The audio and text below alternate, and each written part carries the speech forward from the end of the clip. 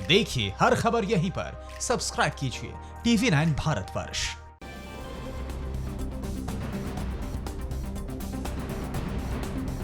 देश में कोरोना संक्रमण का ग्राफ तेजी से बढ़ता जा रहा है। आज आंकड़ा 79,000 के करीब पहुंच गया है। आज केंद्र सरकार की ओर से 20 लाख करोड़ के पैकेज को लेकर आज दूसरे दिन वित्त मंत्री निर्मला सीतारमण ने दिहाड़ी मजदूरों और किसानों के लिए बड़े ऐलान किए हैं। सरकार गरीब मजदूरों के लिए एक देश एक राशन कार्ड की योजना का ऐलान किया। इसके साथ ही सरकार ने रेहड़ी पटरी वालों के साथ साथ किसानों के लिए भी कई ऐलान किए हैं। इस बीच राष्ट्रपति रामनाथ कोविंद ने अगले 1 साल तक 30% कम सैलरी लेने की घोषणा भी की है। तो पहले देखते हैं कोरोना से जुड़ी सारी बड़ी खबरें टॉप 9 कोरोना में। केंद्र के 20 लाख करोड़ के आर्थिक राहत पैकेज के ब्यौरे के दूसरे दिन वित्त मंत्री निर्मला सीतारमण ने किसानों और मजदूरों के लिए बड़े ऐलान किए। सरकार जल्द एक देश एक राशन कार्ड स्कीम लाएगी। इसके तहत अगस्त से करीब 83% लोगों को देश के किसी भी राज्य के निवासियों को किसी भी हिस्से में राशन मिलेगा। दिहाड़ी मजदूरों को अगले 2 महीने का मुफ्त अनाज केंद्र सरकार देगी। 8 करोड़ प्रवासी मजदूरों को राशन के लिए 3500 करोड़ का प्रावधान किया गया है। केंद्र सरकार ने आज रेहड़ी पटरी वाले वेंडर्स के लिए 5,000 करोड़ के पैकेज का ऐलान किया है। इसके तहत रेहड़ी पटरी वाले 10,000 का लोन ले सकेंगे। इस स्कीम से 50 लाख स्ट्रीट वेंडर्स को फायदा होगा। इसके साथ किसानों के लिए 30,000 का अतिरिक्त इमरजेंसी वर्किंग कैपिटल फंड बनाया जा रहा है। 25 लाख किसान क्रेडिट कार्ड दिए गए। मुद्रा शिशु लोन के दायरे में आने वालों को ब्याज में 2% की राहत दी गई।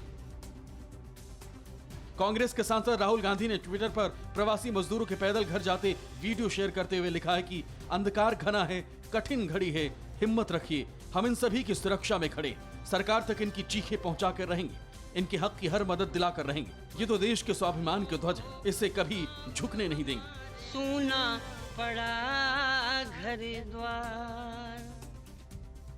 देश में 24 घंटे में कोरोना के 3,722 नए मामले सामने आए, जबकि पिछले एक दिन में 134 लोगों की मौत हो गई। कोरोना संक्रमित लोगों की तादाद बढ़कर 79,000 तक पहुंच गई। इनमें से 49,583 कोरोना पॉजिटिव लोगों का इलाज चल रहा है, जबकि करीब 27,000 संक्रमित लोग ठीक हो चुके हैं। कोरोना वायरस से मरने वालों की तादाद करीब 2600 तक पहुंच चुकी। पिछले 24 घंटे में आईटीबीपी के 12 और जवान कोरोना की चपेट में आ गए। महाराष्ट्र के मुख्यमंत्री उद्धव ठाकरे ने आज डिप्टी सीएम अजित पवार समेत दूसरे नेताओं के साथ लॉकडाउन को बढ़ाने पर चर्चा की। इस बैठक में लॉकडाउन के बीच कारोबार के शुरू करने और अर्थव्यवस्था को पटरी पर कैसे लाया जाए, इसको लेकर मंथन हुआ। महाराष्ट्र सरकार आज केंद्र को लॉकडाउन में छूट को लेकर अपनी राय सौंपेगी। इस बीच राज्य में विधान परिषद के लिए उद्धव ठाकरे समेत सभी 9 उम्मीदवार निर्विरोध विजेता घोषित किए गए। 18 मई से लॉकडाउन के चौथे चरण में छूट को लेकर दिल्ली के सीएम अरविंद केजरीवाल ने 5 लाख से ज्यादा लोगों से मिली ऑनलाइन राय को केंद्र सरकार को सौंप दिया। केंद्र सरकार हर राज्य से मिले सुझावों के बाद फैसला लेगी। केजरीवाल ने कहा, ज्यादातर लोगों की राय है कि स्कूल, कॉलेज, नाई की दुकान, होटल, बार, सिनेमा बंद रहें, लेकिन ऑटो, बस पर्सनल डिस्टेंसिंग के साथ शुरू होनी चाहिए।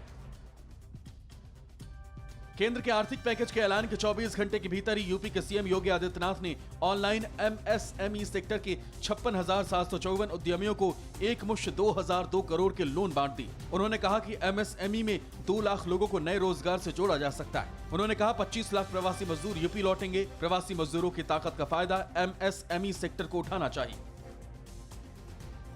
कोरोना संकट की वजह से भारत सहित दुनिया के कई देशों में लगाए गए लॉकडाउन की मार अंतर्राष्ट्रीय व्यापार पर भी बुरी तरह पड़ रही है। संयुक्त राष्ट्र के व्यापार संगठन United Nations conference on trade and development ने कहा है कि 36 अंतर्राष्ट्रीय संगठनों की रिपोर्ट के मुताबिक अप्रैल-जून तिमाही में 27% अंतर्राष्ट्रीय व्यापार कम हो सकता है। कई देशों की अर्थव्यवस्था को संभलने में काफी वक्त लगेगा।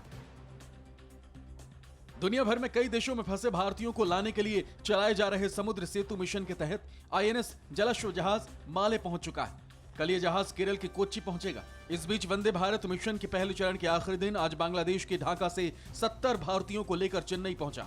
वंदे भारत मिशन के दूसरे फेज में 16 से 22 मई के बीच 30,000 भारतीयों को वतन वापस लाया जाएगा। फिक्र आपकी, सोमवार से शुक्रवार रात 9 बजे सिर्फ TV9 भारतवर्ष पर।